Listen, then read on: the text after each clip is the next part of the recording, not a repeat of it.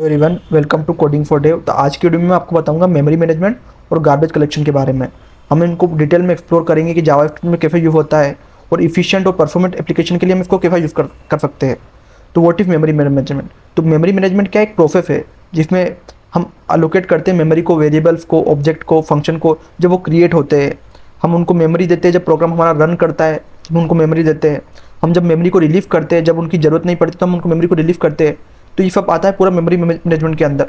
जो जावास्क्रिप्ट होता है उसमें जो ऑटोमेटिकली जो गार्बेज कलेक्शन है वो ऑटोमेटिकली हो जाता है और वो अवॉइड कर देता है मेमोरी लीक्स को और परफॉर्मेंस इशू को। ओके, तो मेमोरी जो मैनेजमेंट है वो उसके अलग अलग टाइप्स रहते हैं मेमोरी के, तो उसको मैनेज करता है। तो सबसे पहला जो टाइप होता है वो होता है स्टैक मेमोरी। तो स्टैक मेमोरी क्या होता है? इसमें जो हमारे प्रिमिटिव वैल्यूज होते हैं जैसे नंबर, स्ट्रिंग, बूलियन, नल, अनडिफाइंड, सिंबल, बिगनेट, इन सबको स्टैक मैनेज करता है। ओके, इनको फास्ट और ऑटोमेटिकली मैनेज करता है। जैसे आपने x इक्वल टू 42 दिया तो ये काय में स्टैक स्टोर होगा? ये होगा स्टैक में स्टोर, स्टैक मेमोरी के अंदर। अब जो एक होता है हीप मेमोरी। हीप मेमोरी क्या होता है? ये होता है यूज होता है रेफरेंस टाइप के लिए, फिर ऑब्जेक्ट, अरे, फंक्शन स्टोर करने के लिए। इसमें इसको मैनेज करना थोड़ा कॉम्प्लेक्स होता है। इसमें हम क्या स्टोर करते हैं? जैसे हमने एक ऑब्जेक्ट स्टोर करा तो वो काय में स्टोर होगा? वो होगा हीप में स्टोर। ओके, तो ये दो टाइप्स रहते हैं। अब बात करते हैं गार्बेज कलेक्शन के बारे में। तो गार्बेज कलेक्शन का एक प्रोसेस हो reclaiming memory occupied by the object no longer reachable in the program. जब हम हमारे को फंक्शन को हम कुछ भी क्रिएट करते हैं तो हमें एक मेमोरी लगती है। तो हमारा जो है ओएस हमें एक को मेमोरी देता है रिलेटेड। ओके, ब्राउज़र हमारी मेमोरी देता है कि आपने ये मेमोरी ले ली। लेकिन जब हमारा उसका वर्क खत्म हो जाता है, जब उसको खत्म हो जाता है तो हम वो जो गार्बेज उसका कलेक्ट होता है, क्योंकि वो मेमोरी की कोई यूज केस नहीं है तो उसको सिस्टम को और मेमोरी को कहीं और यूज़ करना होता है, तो उसको क्लेम करता है उस मेमोरी को। तो उस प्रोसेस को जो क्लेम करता है उसको हम क्या बोलते हैं? Garbage collection. तो जो जावास्क्रिप्ट इंजन होते हैं जैसे V8, जो कि क्रोम और नोड.js दोनों में यूज होता है, ये क्या ऑटोमेटिकली आइडेंटिफाई कर लेते हैं जो अनयूज्ड मेमोरी है और उनको ऑटोमेटिकली रिक्लेम कर लेते हैं। ओके, अब बात करते हैं रीचेबिलिटी की। तो एक वैल्यू वो रीचेबल होती है जो एक्सेस कर सकते हैं डायरेक्टली और इनडायरेक्टली फ्रॉम द रूट। उसको रूट में एक्सेस कर सकते हैं। जैसे जो ग्लोबल वेरिएबल्स होते हैं, लोकल वेरिएबल्स होते हैं, करंटली एग्जीक्यूट फंक्शन हुए होते हैं, जो क्लोवर होता है जिसको हम डोम रेफरेंस और करंट पेज में भी एक्सेस कर सकते हैं। तो अगर उसके पास कोई रेफरेंस रहेगा, नो रेफरेंस रहेगा तो वैल्यू एग्जिस्ट नहीं करेगी, ओके, अनरीचेबल रहेगी और उसको मार्क हो जाएगी वो गार्बेज कलेक्शन में। ओके, तो अगर वो अनरीचेबल मेमोरी रहेगी तो हम किस मार्क कर देंगे? गार्बेज कलेक्शन के लिए। तो वो ऑटोमेटिकली वो मेमोरी क्या हो जाएगी? गार्बेज कलेक्शन के अंदर चली जाएगी।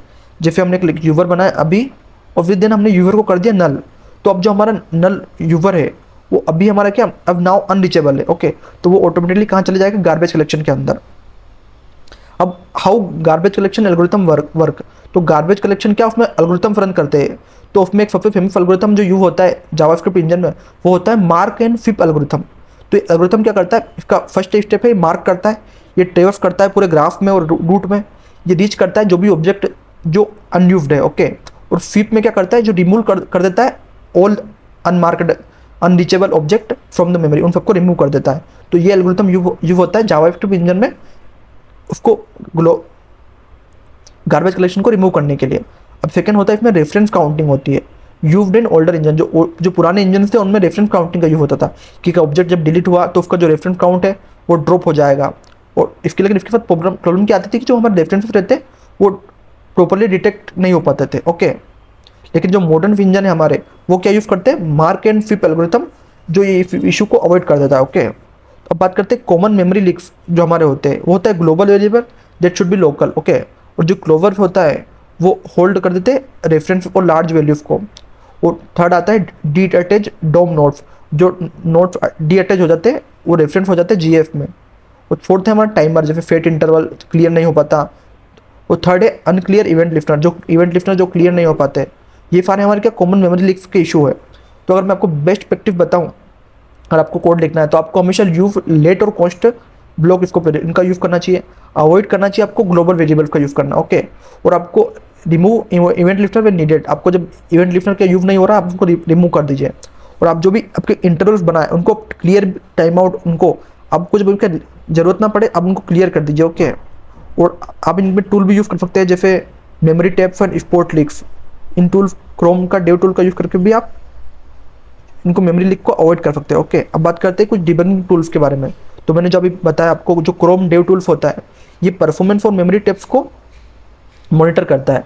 तो आप एक हीप का स्क्रीन स्नैपशॉट ले सकते हैं और इंस्पेक्ट कर सकते हैं मेमोरी यूसेज का, कि आपके ब्राउज़र में क्या मेमोरी यूज हो रही है।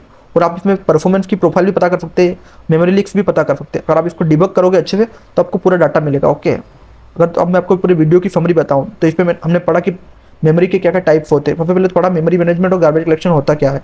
तो मेमोरी के फिर हमने टाइप्स पढ़े, जैसे स्टैक्स, हीप्स होता है। फिर हमने गार्बेज कलेक्शन के बारे में पढ़ा कि जो ऑटोमेटिक हमारी गार्बेज क्लीन अप हो जाता है जावास्क्रिप्ट में। फिर हमने एल्गोरिथम के बारे में पढ़ा जो कि यूज होता है गार्बेज कलेक्शन में, जिसमें mark and fit algorithm use होता है। फिर हमने रीचेबिलिटी पढ़ी कि जो वैल्यू हम एक्सेस कर सकते हैं उनको हम रीचेबिलिटी वैल्यू बोलते हैं। फिर हमने मेमोरी लीक से प्रिवेंशन पढ़ा, कुछ टेक्निक पढ़ी हमें, जैसे क्लियर इंटरवल करना चाहिए, अनयूज्ड लिसनर को रिमूव कर देना चाहिए और अवॉइड करना चाहिए ग्लोबल विजिबर का। ओके, तो इस वीडियो में रिलेटेड आपको कुछ भी डाउट है तो आप कमेंट कर सकते हो, और इसी तरह के और वीडियो देखने के लिए कोडिंग फॉर डेव को सब्सक्राइब करो। Thank you for watching.